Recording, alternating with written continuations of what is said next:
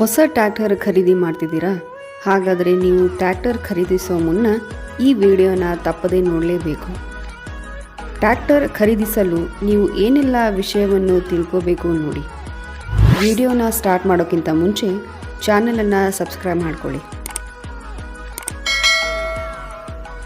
ನಮ್ಮ ಕೆಲಸ ಕಾರ್ಯಗಳಿಗೆ ಬಾಡಿಗೆ ಟ್ರ್ಯಾಕ್ಟರ್ ಒಳ್ಳೆಯದು ಅಥವಾ ನಮ್ಮದೇ ಆದ ಓನ್ ಟ್ರ್ಯಾಕ್ಟರ್ ಒಳ್ಳೆಯದು ಅಂತ ಮೊದಲು ತಿಳಿದುಕೊಳ್ಳಿ. ಬಾಡಿಗೆಗೆ ಸಿಕ್ಕರೆ ನಮ್ಮ ಒಂದು ಬಜೆಟ್ಗೆ ಸಿಗುತ್ತಿದೆಯಾ ಅಂತ ನೋಡ್ಕೊಳ್ಳಿ. ಆಮೇಲೆ ಟ್ರ್ಯಾಕ್ಟರ್ನ ಖರೀದಿಯ ನಂತರ ನಮ್ಮ ಒಂದು ಕೃಷಿ ಕೆಲಸ ಬಿಟ್ಟು ಬೇರೆ ಕಮರ್ಷಿಯಲ್ ಕೆಲಸ ಮಾಡಿ ಅದರಿಂದ ಆದಾಯ ಬರುತ್ತಾ ಅಂತ ಕೂಡ ತಿಳ್ಕೊಳ್ಬೇಕು. ಮತ್ತು ಸ್ವಂತ ಟ್ರ್ಯಾಕ್ಟರ್ ಹೆಚ್ಚಿಗೆ ಆದಾಯ ತಂದುಕೊಡುತ್ತಾ ಅಥವಾ ಬಾಡಿಗೆ ಟ್ರ್ಯಾಕ್ಟರ್ ಆದಾಯ ತಂದುಕೊಡುತ್ತಾ ಅಂತ ಕೂಡ ನಾವು ವಿಚಾರವನ್ನು ಮಾಡಬೇಕು. ಮೊದಲನೇ ಪಾಯಿಂಟು, ಟ್ರ್ಯಾಕ್ಟರ್ ಇಂಜಿನ್ HP. ಹೌದು, HP ಅಂದರೆ ಹಾರ್ಸ್ ಪವರ್ ಅಂತ ಕರಿತೀವಿ. ಟ್ರ್ಯಾಕ್ಟರ್ HP ಎಷ್ಟಿರಬೇಕು ನೋಡಿ ಸ್ನೇಹಿತರೆ, ನಿಮ್ಮ ಒಂದು ಕೆಲಸ ಹಾಗೂ ಕಾರ್ಯಗಳ ಮೇಲೆ ಇದು ನಿರ್ಧಾರವಾಗುತ್ತದೆ. ನಿಮ್ಮ ಒಂದು ಸ್ವಂತ ಹೊಲದಲ್ಲಿ ಹಾಗೂ ಜಮೀನಿನಲ್ಲಿ ಕೆಲಸ ಮಾಡೋದಾದರೆ ಕೇವಲ 30ರಿಂದ 40 HP ಟ್ರ್ಯಾಕ್ಟರ್ಗಳು ಸಾಕಾಗುತ್ತವೆ. ಅದೇ ನೀವೇನಾದರೂ ಕಮರ್ಷಿಯಲ್ ಅಥವಾ ಬಾಡಿಗೆಗಾಗಿ ದುಡಿಸಬೇಕು ಅಂತ ಅಂದ್ಕೊಂಡಿದ್ರೆ ನಿಮಗೆ 40ರಿಂದ 50 HP ಟ್ರ್ಯಾಕ್ಟರ್ಗಳು ಬೇಕಾಗುತ್ತದೆ. ಈ HP ಜಾಸ್ತಿ ಇರೋದರಿಂದ ಏನೆಲ್ಲ ಲಾಭಗಳು ಅಂದರೆ, ಅಗ್ರಿಕಲ್ಚರ್ ಅಪ್ಲಿಕೇಶನ್ಸ್ ಅಥವಾ ರೋಟರ್ ವೆಂಟ್ರ್ ಇರಬಹುದು ಅಥವಾ ದೊಡ್ಡ ಇಕ್ವಿಪ್ಮೆಂಟ್ಸ್ ಇರಬಹುದು, ನಿಮ್ಮ ಟ್ರ್ಯಾಕ್ಟರ್ಗಳಿಗೆ ಈಸಿಲಿ ಅಳವಡಿಕೆಯನ್ನು ಮಾಡಬಹುದು. ಹಾಗೂ ಇದು ಸ್ಲಿಪ್ಪರಿಯಾಗಿ ಇರೋದಿಲ್ಲ ಮತ್ತು ಬಲಶಾಲಿಯಾಗಿ ನಿಮ್ಮ ಕೆಲಸ ಕಾರ್ಯಗಳಿಗೆ ಹೆಲ್ಪ್ ಮಾಡುತ್ತೆ.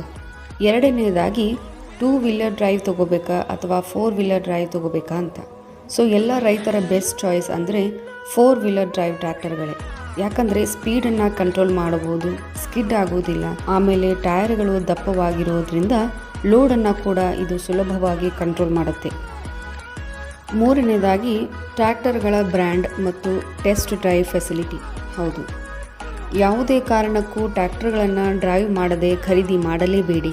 ಇದಾದ ಮೇಲೆ ಬ್ರ್ಯಾಂಡ್ ಯಾಕೆ ಇಂಪಾರ್ಟೆಂಟ್ ಅಂದರೆ, ಒಳ್ಳೆಯ ಬ್ರ್ಯಾಂಡ್ ಅಥವಾ ಕಂಪನಿ ಟ್ರ್ಯಾಕ್ಟರ್ ಖರೀದಿ ಮಾಡಿದರೆ ಅವರು ನಿಮ್ಮ ಎಲ್ಲ ಟ್ರ್ಯಾಕ್ಟರ್ಸ್ಗಳ ಪ್ರಾಬ್ಲಮ್ಗಳನ್ನು ಸ್ಪಂದಿಸುತ್ತಾರೆ ಹಾಗೂ ಲೋ ಮೇಂಟೆನೆನ್ಸ್ ಚಾರ್ಜ್ಗಳ ತಗೊಳ್ತಾರೆ. ನಿಮ್ಮ ಕಂಪ್ಲೇಂಟ್ಸ್ಗಳಿಗೆ ಬೇಗನೆ ಉತ್ತರವನ್ನು ನೀಡ್ತಾರೆ. ಟ್ರ್ಯಾಕ್ಟರ್ ಸ್ಪೇರ್ ಪಾರ್ಟ್ಸ್ಗಳು ಅವರಲ್ಲಿ ಬೇಗನೆ ದೊರಕುತ್ತವೆ. ಅದಕ್ಕೆ ಟ್ರ್ಯಾಕ್ಟರ್ ಬ್ರ್ಯಾಂಡ್ಗಳು ಬಹಳ ಇಂಪಾರ್ಟೆಂಟ್.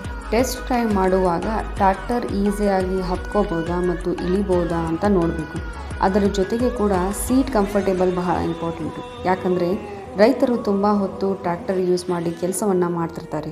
ಸೊ ಸೀಟ್ ಕಂಫರ್ಟೇಬಲ್ ಆಗಿರೋದ್ರಿಂದ ಒಂದು ಅವರಿಗೆ ಅಡ್ವಾಂಟೇಜ್ ಏನಂದರೆ ಈಸಿಯಾಗಿ ಅವರ ಕೆಲಸವನ್ನು ಮಾಡಬಹುದು ಅಂತ. ಅದೇ ರೀತಿ ನೆಕ್ಸ್ಟು ಗೇರ್ ಲಿವರ್ಗಳು ಅಥವಾ PTO ಗೇರ್ ಲಿವರ್ಗಳು ಕೂತ ಜಾಗದಲ್ಲಿ ಈಸಿಯಾಗಿ ಕೈಗೆ ಇಟ್ಕುತ್ತಾ ಅಂತ ನೋಡೋದು. ನೆಕ್ಸ್ಟ್ ಪಾಯಿಂಟ್ ಏನಂದರೆ, ಖರೀದಿ ಮಾಡೋ ಟ್ರ್ಯಾಕ್ಟರಲ್ಲಿ ಆರ್ಡಿನರಿ ಸ್ಟೇರಿಂಗ್ ಇರಬೇಕಾ ಅಥವಾ ಪವರ್ ಸ್ಟೇರಿಂಗ್ ಇರಬೇಕಾ ಅನ್ನೋದನ್ನು ತಿಳ್ಕೊಳ್ಳೋದು. ರೈತರಿಗೆ ಬೆಸ್ಟ್ ಚಾಯ್ಸ್ ಅಂದರೆ ಪವರ್ ಸ್ಟೇರಿಂಗೇ. ಯಾಕಂದರೆ ಪವರ್ ಸ್ಟೇರಿಂಗ್ ಇದ್ದರೆ ತುಂಬ ಹೊತ್ತು ಕೆಲಸ ಕಾರ್ಯಗಳಿಗೆ ಉತ್ತಮವಾದ ಒಂದು ಅನುಭವವನ್ನು ಕೊಡುತ್ತೆ. ಅದರ ಜೊತೆಗೆ ಅವರ ಪ್ರೊಡಕ್ಷನ್ ಕೂಡ ಜಾಸ್ತಿ ಆಗುತ್ತೆ. ಮತ್ತು ಮೊಬೈಲ್ ಚಾರ್ಜಿಂಗ್ ಪೋರ್ಟಲ್ ಇದೆಯಾ ಅಂತ ನೋಡಬೇಕು, ಅದು ಬಹಳ ಇಂಪಾರ್ಟೆಂಟು.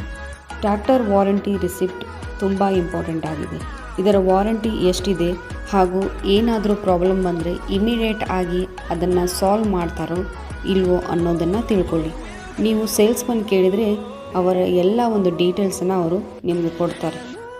ಅದೇ ರೀತಿ ಕೊನೆಯದಾಗಿ ಟ್ರ್ಯಾಕ್ಟರ್ ರೀಸೇಲ್ ವ್ಯಾಲ್ಯೂ. ಹೌದು ಸ್ನೇಹಿತರೆ, ನಿಮ್ಮ ಟ್ರ್ಯಾಕ್ಟರ್ ನೀವು ಏನಾದರೂ ಬೇರೆದವರಿಗೆ ಮಾರಾಟ ಮಾಡಬೇಕು ಅಂದರೆ ಅದರ ವ್ಯಾಲ್ಯೂ ಭಾಳ ಇಂಪಾರ್ಟೆಂಟು. ಅದಕ್ಕೆ ನೀವು ಟ್ರ್ಯಾಕ್ಟರ್ ಖರೀದಿಸುವಾಗ ಬ್ರ್ಯಾಂಡೆಡ್ ಕಂಪನಿಯ ಟ್ರ್ಯಾಕ್ಟರ್ಗಳನ್ನು ಖರೀದಿಸಿ. ಯಾಕಂದರೆ ಅವುಗಳನ್ನು ನೀವು ಮತ್ತೆ ರೀಸೇಲ್ ಮಾಡಬೇಕಂದ್ರೆ ಅಂದರೆ ಬೇರೆದವರಿಗೆ ಮತ್ತೆ ಅದನ್ನು ಮಾರಾಟ ಮಾಡಬೇಕಂದ್ರೆ ಬ್ರ್ಯಾಂಡೆಡ್ ಕಂಪನಿ ಇರೋದರಿಂದ ನಿಮ್ಮ ದುಡ್ಡು ಕೂಡ ಒಂದು ಹಂತದಲ್ಲಿ ಕೈಗೆ ಬರುತ್ತೆ. ಹೊಸ ಟ್ರ್ಯಾಕ್ಟರ್ಗಳನ್ನು ಖರೀದಿ ಮಾಡುವಾಗ ಈ ಎಲ್ಲ ಪಾಯಿಂಟ್ಗಳನ್ನು ನೆನಪಿನಲ್ಲಿಟ್ಟುಕೊಳ್ಳಿ. ಈ ಒಂದು ವಿಡಿಯೋ ನಿಮಗೆ ಉಪಯುಕ್ತವಾಗಿದೆ ಎಂದು ಭಾವಿಸಿ ಇಲ್ಲಿಗೆ ನನ್ನ ವಿಡಿಯೋನ ಎಂಡ್ ಮಾಡ್ತಾ ಇದ್ದೀನಿ. ಧನ್ಯವಾದಗಳು.